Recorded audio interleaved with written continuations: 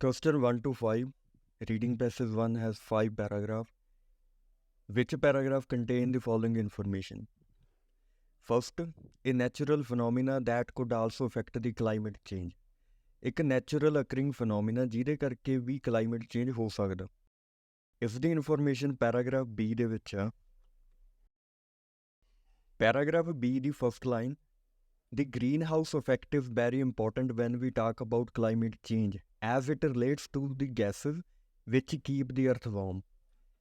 Green-house effect ਵੀ very important ਆ ਜਦੋਂ ਆਪਾਂ ਨਾ ਗੱਲ ਕਰਦੇ ਹਾਂ ਕਲਾਈਮੇਟ ਚੇਂਜ ਦੀ, ਕਿਉਂਕਿ ਇਹ ਗੈਸਿਸ ਦੇ ਨਾਲ ਰਿਲੇਟ ਕਰਦਾ ਅਤੇ ਉਹੀ ਗੈਸਿਸ ਅਰਥ ਨੂੰ ਗਰਮ ਰੱਖਦੀਆਂ ਨੇ। ਅਤੇ ਉਸ ਤੋਂ ਬਾਅਦ ਹੀ ਇਹਨਾਂ ਨੇ ਐਡ ਕੀਤਾ ਹੋਇਆ, although the greenhouse effect is a naturally occurring phenomena, ਕਿ ਜਿਹੜਾ ਗ੍ਰੀਨ-ਹਾਊਸ ਇਫੈਕਟ ਹੈ ਨੈਚੁਰਲੀ ਅਕਰਿੰਗ ਫਿਨੋਮੀਨਾ, ਅਤੇ ਇਹੀ ਉਹ ਨੈਚੁਰਲ ਫਿਨੋਮੀਨਾ ਜਿਹੜਾ ਕਿ ਆਪਣੇ ਕੋਲ ਕਲਾਈਮੇਟ ਚੇਂਜ ਨੂੰ ਇਫੈਕਟ ਕਰਦਾ। Second, steps we can take to help reverse the situation. ਆਪਾਂ ਕੀ ਸਟੈਪਸ ਲੈ ਸਕਦੇ ਹਾਂ ਜਿਹਦੇ ਕਰਕੇ ਇਹ ਜਿਹੜੀ ਸਿਚੁਏਸ਼ਨ ਆ ਉਸ ਨੂੰ ਮਦਦ ਮਿਲੇ ਕਿ ਉਹ ਰਿਵਰਸ ਹੋ ਜਾਵੇ, ਪਿੱਛੇ ਨੂੰ ਆ ਜਾਵੇ। ਇਹ ਇਨਫੋਰਮੇਸ਼ਨ ਪੈਰਾਗ੍ਰਾਫ E ਦੇ ਵਿੱਚ ਆ।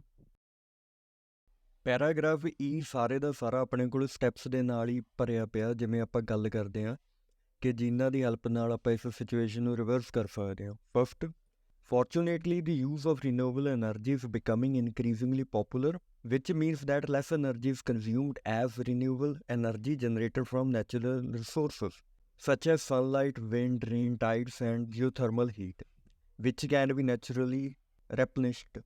ਤੇ ਉਸ ਤੋਂ ਬਾਅਦ ਇਹਨਾਂ ਨੇ ਇੱਕ ਹੋਰ ਹੱਲ ਦੱਸਿਆ ਹੋਇਆ, another way to help the environment in terms of climate change is by traveling light. Walking or riding a bike instead of driving a car uses fewer fossil fuels which release carbon dioxide into the atmosphere. ਇੱਕ ਆਪਣੇ ਕੋਲ ਇੱਕ ਹੋਰ ਰਸਤਾ ਦਿੱਤਾ ਹੋਇਆ ਜਿਹਦੇ ਨਾਲ ਆਪਾਂ ਵਾਤਾਵਰਨ ਦੀ ਸਹਾਇਤਾ ਕਰ ਸਕਦੇ ਹਾਂ ਕਲਾਈਮੇਟ ਚੇਂਜ ਦੇ ਰਿਗਾਰਡਿੰਗ। ਅਤੇ ਉਸ ਤੋਂ ਬਾਅਦ ਇੱਕ ਹੋਰ ਇਨ ਐਡੀਸ਼ਨ ਦਿੱਤਾ ਹੋਇਆ, using products that are made from recycled paper, glass, metal and plastic reduces carbon emission because they use less energy to manufacture than products made from completely new material.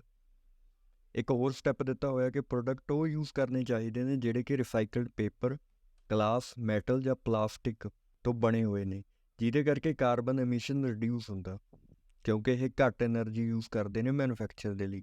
ਨਵੇਂ material ਬਣਾਉਣ ਦੇ ਵਿੱਚ ਜ਼ਿਆਦਾ energy ਲੱਗਦੀ ਆ, recycle ਕਰਨ ਦੇ ਵਿੱਚ ਘੱਟ ਲੱਗਦੀ ਆ। ਇਹੀ ਉਹ ਗੱਲ ਉਹਨਾਂ ਨੇ ਕਹੀ ਆ। ਉਸ ਤੋਂ ਬਾਅਦ ਇੱਕ ਹੋਰ ਚੀਜ਼, recycling paper also save trees, lets them continue to limit climate change naturally as they remain in forest where they remove carbon from the atmosphere. ਇੱਕ ਹੋਰ ਸਟੈਪ ਦੱਸਿਆ ਕਿ ਪੇਪਰ ਨੂੰ ਰਿਸਾਈਕਲ ਕਰਨ ਦੇ ਨਾਲ ਦਰਖਤ ਬਚ ਜਾਂਦੇ ਨੇ, ਅਤੇ ਦਰਖਤ ਬਚੇ ਰਹਿੰਦੇ ਨੇ, ਉਹ ਕੰਟੀਨਿਊ ਹੀ ਅਪ ਦਾ ਨੈਚੁਰਲ ਪ੍ਰੋਸੈਸ ਆ ਜਿਹੜਾ ਕਾਰਬਨ ਨੂੰ ਐਟਮੋਸਫੀਅਰ ਦੇ ਵਿੱਚ ਰਿਮੂਵ ਕਰਨ ਦਾ, ਉਹ ਚੱਲਦਾ ਰਹਿੰਦਾ। ਸੋ ਪੈਰਾਗ੍ਰਾਫ ਹੀ ਸਾਰੇ ਦਾ ਸਾਰਾ ਉਹ ਸਟੈਪਸ ਬਾਰੇ ਹੀ ਦੱਸਦਾ ਜਿਹੜੇ ਕਿ ਇਸ ਸਿਚੁਏਸ਼ਨ ਨੂੰ ਰਿਵਰਸ ਕਰ ਸਕਦੇ ਨੇ। Third, N explanation of what climate change is. ਇੱਕ ਐਕਸਪਲੇਨੇਸ਼ਨ ਦਿੱਤੀ ਹੋਈ ਹੈ ਕਿ ਕਲਾਈਮੇਟ ਚੇਂਜ ਹੈਗਾ ਕੀ ਆ। ਇਨਫੋਰਮੇਸ਼ਨ ਪੈਰਾਗ੍ਰਾਫ A ਦੇ ਵਿੱਚ ਆ, nowadays however the term climate change is generally used when referring to changes in our climate which have been identified since the early part of the 20th century. ਆਪਣੇ ਕੋਲ ਇਹ explanation ਦਿੱਤੀ ਹੋਈ ਹੈ ਕਿ ਕਲਾਈਮੇਟ ਚੇਂਜ ਹੈਗਾ ਕੀ ਆ। ਅੱਜ ਕੱਲ੍ਹ ਆਪਣੇ ਕੋਲ ਕਲਾਈਮੇਟ ਚੇਂਜ ਜਰਨਲੀ ਉਸ ਚੀਜ਼ ਨੂੰ ਰੈਫਰ ਕੀਤਾ ਜਾਂਦਾ ਜੋ ਆਪਣੇ ਕਲਾਈਮੇਟ ਦੇ ਵਿੱਚ ਚੇਂਜਸ ਆਈਆਂ ਨੇ। ਇਹਨਾਂ ਚੇਂਜਸ ਨੂੰ ਆਇਡੈਂਟੀਫਾਈ ਕੀਤਾ ਗਿਆ 20th ਸੈਂਚੁਰੀ ਦੇ ਅਰਲੀ ਪਾਰਟ। ਇਹੀ ਐਕਸਪਲੇਨੇਸ਼ਨ ਆ ਕਿ ਕਲਾਈਮੇਟ ਚੇਂਜ ਹੈਗਾ ਕੀ ਆ। Fourth, organisations that want to help, ਕਿ ਆਰਗੇਨਾਈਜੇਸ਼ਨ ਜਿਹੜੀਆਂ ਹੈਲਪ ਕਰਨਾ ਚਾਹੁੰਦੀਆਂ ਨੇ। ਇਹ ਪੈਰਾਗ੍ਰਾਫ D ਦੇ ਵਿੱਚ ਆ। ਪੈਰਾਗ੍ਰਾਫ D ਦੀ first line, there are many institutions around the world whose sole priority is to take action against these environment problems. Around the world ਬਹੁਤ ਸਾਰੇ ਇੰਸਟੀਟਿਊਸ਼ਨ ਨੇ ਜਿਨ੍ਹਾਂ ਦਾ ਸੋਲ ਪਰਪਸ ਇਹੀ ਆ ਕਿ ਉਹ ਐਕਸ਼ਨ ਲਵੇ ਇਨਵਾਇਰਮੈਂਟ ਪ੍ਰੋਬਲਮਸ ਦੇ against. Green piece is the organisation that is probably the most well non. ਇਹਨਾਂ ਦੇ ਵਿੱਚੋਂ ਗ੍ਰੀਨ ਪੀਸ ਆਰਗੇਨਾਈਜੇਸ਼ਨ ਆ ਉਹ ਸਭ ਤੋਂ ਜ਼ਿਆਦਾ ਵੈਲ ਨੋਨ ਆ।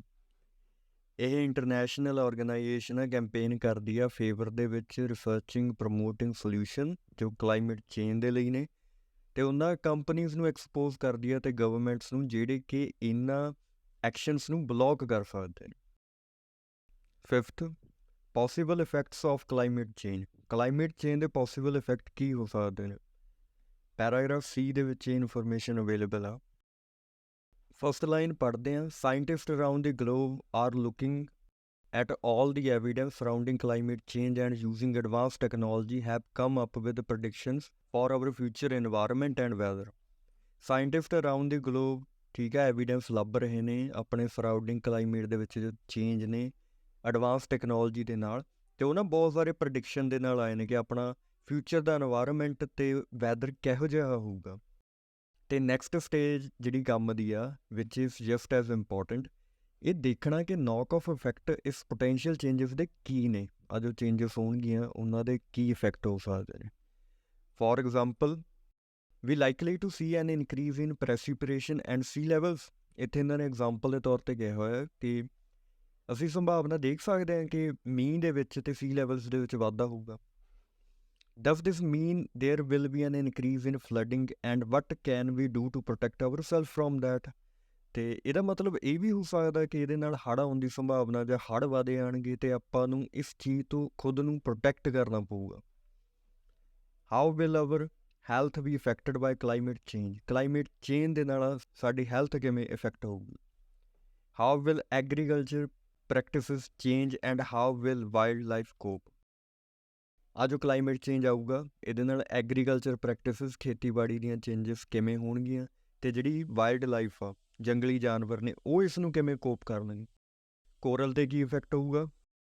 ਆਹ ਸਾਰੇ ਪੋਸੀਬਲ ਇਫੈਕਟ ਨੇ ਜੋ ਕਲਾਈਮੇਟ ਚੇਂਜ ਦੇ ਹੋ ਸਕਦੇ। Next question 6 to 9, look at the following people and the list of statements, match each person with correct statement. Professor Max ਨੇ ਕਿਹਾ ਕਿ ਜਿਹੜੀ ਕਲਾਈਮੇਟ ਚੇਂਜ ਆ ਉਹ ਬੁਰੀ ਨਹੀਂ ਹੋਊਗੀ। ਪੈਰਾਗ੍ਰਾਫ ਸੀ ਦੀ ਲਾਸਟ ਲਾਈਨ ਆ। ਪ੍ਰੋਫੈਸਰ ਮੈਕਸ ਨੇ ਇਹ ਚੀਜ਼ ਸੁਜੈਸਟ ਕੀਤੀ ਹੈ, while it may be controversial some would argue that, ਕਿ ਇਹ ਕੰਟਰੋਵਰਸ਼ੀਅਲ ਹੋਊਗਾ, ਕਈ ਇਹ ਵੀ ਆਰਗਿਊ ਕਰਨਗੇ climate change could bring with it positive effects as well as negative ones, ਕਿ ਪੋਜ਼ੀਟਿਵ ਵੀ ਇਫੈਕਟ ਲੈ ਕੇ ਆਊ ਅਤੇ ਨੈਗੇਟਿਵ ਵਨਸ ਵੀ ਲੈ ਕੇ ਆਊ। ਹੁਣ ਇੱਥੇ ਉਹਨੇ ਦੋਏ ਕਹਿਤਾ ਕਿ ਹੈ ਨਾ, ਉਹ ਪੋਜ਼ੀਟਿਵ ਵੀ ਲੈ ਕੇ ਆਊ ਅਤੇ ਨੈਗੇਟਿਵ ਵੀ ਲੈ ਕੇ ਆਊ, ਪਰ ਆਪਾਂ ਨੇ ਜਿਵੇਂ ਸੀ ਦੇ ਵਿੱਚ ਉੱਤੇ ਪੜ੍ਹਿਆ ਸੀ ਕਿ ਆਹ ਕੁਛ ਹੋ ਜੂਗਾ, ਆਹ ਕੁਛ ਹੋ ਸਕਦਾ, ਅਤੇ ਪ੍ਰੋਫੈਸਰ ਮੈਕਸ ਨੇ ਕਿਹਾ ਵੀ ਹਾਂ, ਜੇ ਨੈਗੇਟਿਵ ਲੈ ਕੇ ਆਊਗਾ ਨਾ ਤਾਂ ਨਾਲ ਉਹ ਪੋਜ਼ੀਟਿਵ ਵੀ ਲੈ ਕੇ ਆਊਗਾ, ਤਾਂ ਆਪਾਂ ਕਹਿ ਸਕਦੇ ਹਾਂ ਕਿ ਇੰਨਾ ਬੁਰਾ ਨਹੀਂ ਹੋਊਗਾ। ਸੋ ਇਹਦਾ answer climate change might not be all bad, ਵੀ ਪੂਰੀ ਤਰ੍ਹਾਂ ਬੈਡ ਨਹੀਂ ਹੋਊਗੀ, ਇਹਦੇ ਨਾਲ ਪੋਜ਼ੀਟਿਵ ਵੀ ਆਉਣਗੇ। ਨੈਕਸਟ ਹੈਗਾ ਡਾਕਟਰ ਮਾਈਕਲ। ਇਹਨੇ ਕਿਹਾ ਕਿ humans have made the situation much ਵਰਸ, ਕਿ ਹਿਊਮਨ ਨੇ ਜਿਹੜੀ ਸਿਚੁਏਸ਼ਨ ਆ ਨਾ ਉਹ ਹੋਰ ਖਰਾਬ ਕਰਤੀ ਹੈ।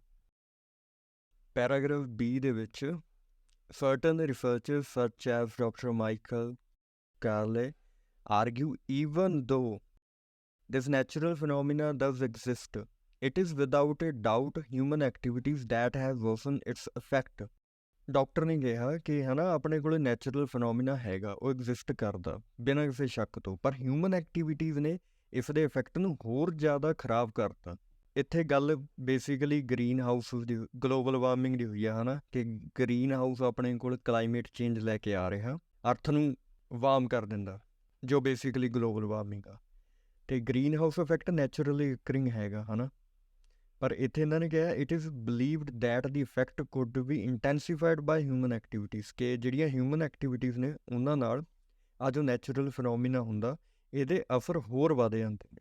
ਸੋ ਡਾਕਟਰ ਮਾਈਕਲ ਨੇ ਇਹੀ ਚੀਜ਼ ਕਹੀ ਆ ਕਿ ਨੈਚੁਰਲ ਫਿਨੋਮੀਨਾ ਹੈਗਾ, ਪਰ ਵਿਦਾਊਟ ਕਿਸੇ ਸ਼ੱਕ ਤੋਂ ਕਿ ਆਪਣੇ ਕੋਲ ਹਿਊਮਨ ਐਕਟੀਵਿਟੀਜ਼ ਇਸ ਦੇ ਇਫੈਕਟ ਨੂੰ ਹੋਰ ਜ਼ਿਆਦਾ ਵਧਾ ਰਹੀਆਂ ਨੇ, ਖਰਾਬ ਕਰ ਰਹੀਆਂ ਨੇ। Next 8th professor Mark Helton. ਇਹਨੇ ਕਿਹਾ ਕਿ ਸਾਡੇ ਕੋਲ ਨਾ ਅਬਿਲਿਟੀ ਹੈਗੀ ਆ ਸਿਚੁਏਸ਼ਨ ਨੂੰ ਚੇਂਜ ਕਰਨ ਦੀ। ਪੈਰਾਗ੍ਰਾਫ ਵੀ ਦੀ ਲਾਸਟ 3rd ਲਾਈਨ ਆ। Professor Mark Helton who has completed various studies in this field, with all this information and the possible action that we can take, it is not too late to save our planet from overheating and even worse side effect of। Basically ਆਹ ਚੀਜ਼ ਪੜ੍ਹ ਕੇ ਹੀ ਪਤਾ ਲੱਗਦਾ ਕਿ professor mark ਇਹ ਕਹਿਣਾ ਚਾਹੁੰਦਾ ਕਿ ਆਪਾਂ ਨਾ ਹਾਲੇ ਵੀ ਸਿਚੁਏਸ਼ਨ ਨੂੰ ਚੇਂਜ ਕਰ ਸਕਦੇ ਹਾਂ, ਅਤੇ ਚੇਂਜ ਕਰਨ ਲਈ ਆਪਾਂ ਗੱਲ ਕਿਵੇਂ ਕਹਿ ਸਕਦੇ ਹਾਂ। ਇਸ ਪੈਰਾਗ੍ਰਾਫ ਦੇ ਵਿੱਚ ਆਪਾਂ ਨੇ ਪੜ੍ਹਿਆ ਸੀ ਰੀਨਿਊਏਬਲ ਐਨਰਜੀ ਦੁਆਰਾ, ਹੈ ਨਾ, ਕਿ ਜੇ ਉਹਨੂੰ ਯੂਜ਼ ਕਰਦੇ ਹਾਂ ਤਾਂ ਲੈਸ ਐਨਰਜੀ ਕੰਜ਼ਿਊਮ ਹੋਊਗੀ। ਓਕੇ, ਅਤੇ ਅਨਦਰ ਵੇ ਇਹ ਆ ਕਿ ਆਪਾਂ ਨਾ ਲਾਈਟਲੀ ਟਰੈਵਲ ਕਰੀਏ, ਤੁਰੀਏ ਜਾਂ ਬਾਈਕ ਨੂੰ ਰਾਈਡ ਕਰੀਏ, ਕਾਰ ਨੂੰ ਚਲਾਉਣ ਦੇ ਇਨਸਟੈਡ, ਕਿਉਂਕਿ ਉਹਦੇ ਨਾਲ ਘੱਟ ਫੋਸਲ ਫਿਊਲ ਯੂਜ਼ ਹੋਣਗੇ, ਕਾਰਬਨ ਡਾਈਆਕਸਾਈਡ ਘੱਟ ਐਟਮੋਸਫੀਅਰ ਦੇ ਵਿੱਚ ਨਿਕਲੂਗੀ। ਅਤੇ ਪ੍ਰੋਡਕਟ ਉਹ ਯੂਜ਼ ਕਰਨੇ ਨੇ ਜੋ ਰਿਸਾਈਕਲ ਪੇਪਰ, ਗਲਾਸ, ਮੈਟਲ ਅਤੇ ਪਲਾਸਟਿਕ ਦੇ ਨਾਲ ਰਿਸਾਈਕਲ ਕਰਕੇ ਬਣੇ ਨੇ, ਜਿਹਦੇ ਨਾਲ ਕਾਰਬਨ ਐਮਿਸ਼ਨ ਰਿਡਿਊਸ ਹੁੰਦੀ ਹੈ, ਕਿਉਂਕਿ ਪ੍ਰੋਡਕਟ ਨੂੰ ਰਿਸਾਈਕਲ ਕਰਕੇ ਪ੍ਰੋਡਕਟ ਬਣਾਉਣਾ, ਇਹਦੇ ਵਿੱਚ ਘੱਟ ਐਨਰਜੀ ਲੱਗਦੀ ਆ। ਰॉ ਮਟੀਰੀਅਲ ਇਕੱਠਾ ਕਰਕੇ ਫਿਰ ਉਹਦੇ ਤੋਂ ਪ੍ਰੋਡਕਟ ਬਣਾਉਣਾ, ਉਹਦੇ ਵਿੱਚ ਵੱਧ ਐਨਰਜੀ ਲੱਗਦੀ ਹੈ। ਅਤੇ ਉਹਨਾਂ ਨੇ ਕਿਹਾ ਸੀ ਕਿ ਪੇਪਰ ਨੂੰ ਵੀ ਰਿਸਾਈਕਲ ਕਰੋ, ਜਿਹਦੇ ਨਾਲ ਦਰਖਤ ਬਚਣਗੇ, ਅਤੇ ਦਰਖਤ ਆਪਣੇ ਕੋਲ ਕਾਰਬਨ ਨੂੰ ਰਿਮੂਵ ਕਰਦੇ ਨੇ ਐਟਮੋਸਫੀਅਰ ਦੇ ਵਿੱਚ। ਸੋ ਇਹੀ ਉਹਨਾਂ ਨੇ ਚੀਜ਼ਾਂ ਕਹੀਆਂ ਨੇ ਕਿ ਆਪਣੇ ਕੋਲ ਅਬਿਲਿਟੀ ਹੈਗੀ ਆ ਸਿਚੁਏਸ਼ਨ ਨੂੰ ਚੇਂਜ ਕਰਨ ਦੀ।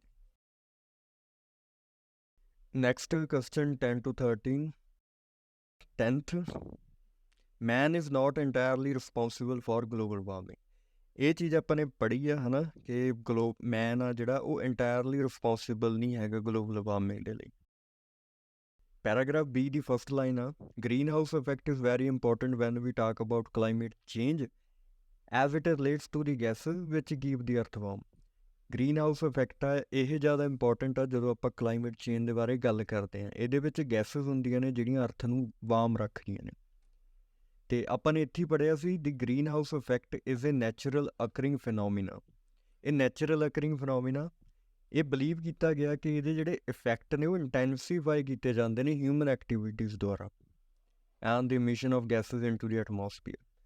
ਕਿ ਇਹ ਬੇਸਿਕਲੀ ਜਿਹਦੇ ਨਾਲ ਅਰਥ ਵਾਰਮ ਰਹਿੰਦੀ ਆ ਜਾਂ ਗਲੋਬਲ ਵਾਰਮਿੰਗ ਹੋ ਰਹੀ ਆ, ਉਹ ਆਪਣੇ ਕੋਲ ਨਾ ਗ੍ਰੀਨ ਹਾਊਸ ਇਫੈਕਟ ਆ ਜਿਹੜਾ ਕਰ ਰਿਹਾ, ਜੋ ਮੇਨ ਚੀਜ਼ ਆ।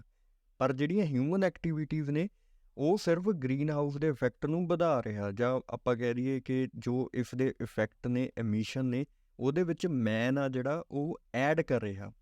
ਪਰ ਇਹ ਇੰਟਾਇਰਲੀ ਗਲੋਬਲ ਵਾਰਮਿੰਗ ਆ ਉਹ ਗ੍ਰੀਨ ਹਾਊਸ ਕਰਕੇ ਆ। ਸੋ ਆਪਾਂ ਕਹਿ ਸਕਦੇ ਹਾਂ ਵੀ ਹਾਂ, ਮੈਨ ਇੰਟਾਇਰਲੀ ਰਿਸਪੋਂਸੀਬਲ ਨਹੀਂ ਹੈਗਾ ਗਲੋਬਲ ਵਾਰਮਿੰਗ ਦੇ ਲਈ, ਕਿਉਂਕਿ ਇੰਟਾਇਰਲੀ ਪੋਸੀਬਲ ਆਪਣੇ ਕੋਲ ਗ੍ਰੀਨ ਹਾਊਸ ਇਫੈਕਟ।